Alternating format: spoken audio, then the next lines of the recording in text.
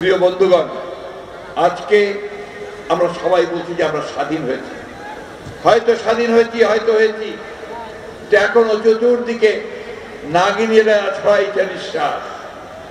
সেই তাদের চক্রান্ত তারা বিভিন্নভাবে ছড়াচ্ছে এবং আমাদেরকে বিভক্ত করবার চেষ্টা করছে।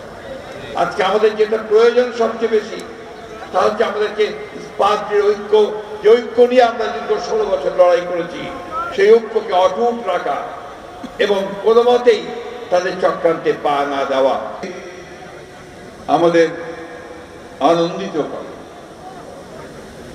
আজকে গণতন্ত্রের জন্য এই দেশের মানুষ তারা সব সময় আত্মত্যাগ করেছে, প্রাণ দিয়েছে দীর্ঘকাল ধরে।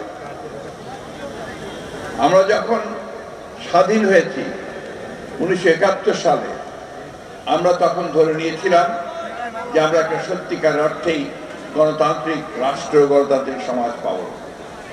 কিন্তু আমাদের দুর্ভাগ্য যে সেদিন যারা গণতন্ত্রের প্রধান দাবিদার ছিলেন, স্বাধীনতার দাবিদার ছিলেন, তাদের হাতেই, আওয়ামী লীগের হাতেই কিন্তু সেদিন গণতন্ত্র ধ্বংস হয়। তারা 1975 সালে একদলীয় শাসন ব্যবস্থা বাকশাল প্রতিষ্ঠা করে। এই কথা আমাদের ভুললে চলবে না, এই কথা বারবার মনে করতে হবে। এই দলটি আবার 2007 সালে নির্বাচন, 8 সালে হওয়ার পরে, রাষ্ট্র ক্ষমতায় আসার পরে অত্যন্ত সুপরিকল্পিতভাবে তারা গণতন্ত্রকে ধ্বংস করেছে, গণতান্ত্রিক সমস্ত প্রতিষ্ঠানগুলোকে ধ্বংস করেছে এবং বারবার ছাত্র জনতার যে সংগ্রাম, সেই সংগ্রামকে দমন করবার জন্য অত্যাচার, নির্যাতন, নিপীড়ন, গুম, হত্যা, খুনের আশ্রয় নিয়েছে। তারই ফলশ্রুতি হিসাবে আজকে আমরা এখানে দেখতে পাচ্ছি যে বিগত জুলাই ম্যাসাকার, তারও পূর্বে 16 বছর ধরে এই দেশের মানুষ, এই দেশের গণতান্ত্রিক মানুষ তারা লড়াই করেছে, সংগ্রাম করেছে, প্রাণ দিয়েছে, ত্যাগ স্বীকার করেছে। আমি অভিবাদন জানাই, সেলুট জানাই এই গণতান্ত্রিক আন্দোলনে সবচেয়ে সেই সমস্ত শহীদদেরকে যারা তাদের প্রাণ বিসর্জন দিয়েছেন। আমি অভিবাদন জানাই আমাদের সামনে যে সমস্ত ভাইয়ের আহত হয়েছেন, পঙ্গু হয়েছেন, তাদেরকে আমি অভিবাদন জানাই, সেলুট জানাই গণতন্ত্রের আপসহীন নেত্রী, দেশনেত্রী বেগম খালেদা জিয়াকে, যিনি কোনোদিন গণতন্ত্রের প্রশ্নে কোনো আপোষ করেননি, মাথা নোয়াননি। দীর্ঘ 6 বছর কারাভোগ করার পর ছাত্র জনতার আন্দোলনের মধ্য দিয়ে তিনি মুক্ত হয়েছেন। আজও তিনি অত্যন্ত অসুস্থ।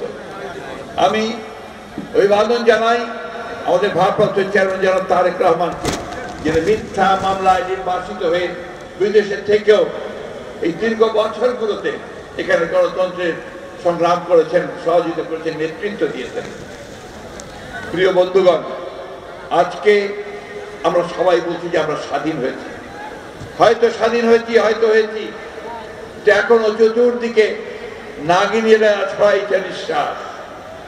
সেই তাদের চক্রান্ত তারা বিভিন্নভাবে ছড়াচ্ছে এবং আমাদেরকে বিভক্ত করবার চেষ্টা করছে। আজকে আমাদের যেটা প্রয়োজন সবচেয়ে বেশি, তা হচ্ছে আমাদেরকে পার্টির ঐক্য, যে ঐক্য নিয়ে আমরা দীর্ঘ 16 বছর লড়াই করেছি, সেই ঐক্যকে অটুট রাখা এবং কোনো মতেই তাদের চক্রান্তে পা না দেওয়া।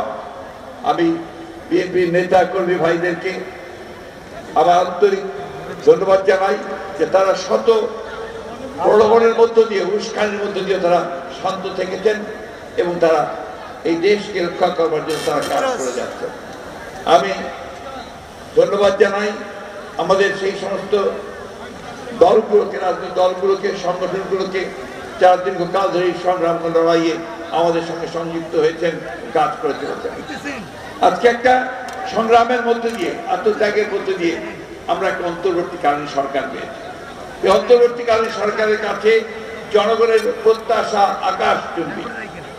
জনগণ মনে করে যে এই প্রত্যাশা করে এই সরকার তাদের এমন একটা গণতান্ত্রিক ব্যবস্থা, একটা লেভেল প্লেইং ফিল্ড তৈরি করে দেবে, গণতন্ত্রের প্রতিষ্ঠানগুলোকে আবার তারা সংস্কার করে এমন একটা জায়গায় আনবে যেখানে সত্যিকার অর্থেই একটা অর্থবহ নির্বাচনের মধ্য দিয়ে নিরপেক্ষ নির্বাচনের মধ্যে দিয়ে আমরা একটা গণতান্ত্রিক রাষ্ট্র, গণতান্ত্রিক সমাজ প্রতিষ্ঠা করতে পারি।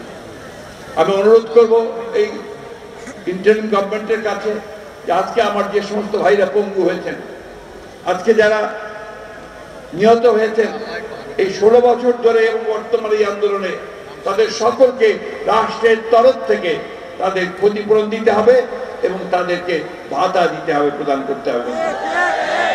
এটা অত্যন্ত জরুরি ব্যাপার। শুধু এইখানে বসে কথা বলে আমরা অনুষ্ঠান করলেই হবে না, এই বিষয়গুলো অত্যন্ত জোরে তুলে ধরতে হবে, সরকারকে বলতে হবে যে এটা করতে হবে। দ্বিতীয়ত আরেকটি কথা আমি আজকে বলতে চাই যে 16 বছর ধরে আমরা যারা গণতন্ত্রের জন্য সংগ্রাম করছি, আমরা অত্যন্ত নির্যাতিত হয়েছি, নিপীড়িত হয়েছি। আমাদের প্রায় 700 ভাই বোন তারা গুম হয়ে গেছে, সেই আয়না ঘর হয়েছে। আমাদের মায়ের ডাকে ছেলেমেয়েরা এখনো কেঁদে বেড়াচ্ছে, ছোট্ট শিশুটি এখনো তার বাবাকে খুঁজছে। আজকে সেই মানুষগুলোকে খুঁজে বের করার ব্যবস্থা করতে হবে। আমাদের যে অসংখ্য মামলা হয়েছে আমাদের নেতা কর্মীদের বিরুদ্ধে, 1,45,000 মামলা, 60 লক্ষ মানুষের বিরুদ্ধে মামলা এই কয়েক বছরে, এই 17 বছরে। এই সমস্ত মামলাগুলোকে প্রত্যাহার করতে হবে অবিলম্বে, অতি দ্রুত বন্ধ করে। আমরা আজকে আন্তর্জাতিক দিবসে এই অঙ্গীকার জাতির সামনে করতে চাই যে আমরা বাংলাদেশকে সত্যিকার অর্থে একটা গণতান্ত্রিক রাষ্ট্রে প্রতিষ্ঠিত করবার জন্য, সমস্ত প্রতিষ্ঠানগুলোকে শক্তিশালী করবার জন্য আমরা সবাই কাঁধে কাঁধ মিলিয়ে কাজ করব, কাজ করে চলতে, এখনো কাজ করব। তবে আমাদের একটাই শুধুমাত্র সতর্ক থাকতে হবে, চক্রান্তের মধ্য দিয়ে আমাদেরকে কেউ যেন আপনার বিপথে নিয়ে যেতে না পারে, আমরা কোনো মতেই সেই লক্ষ্য পথ না হারাই।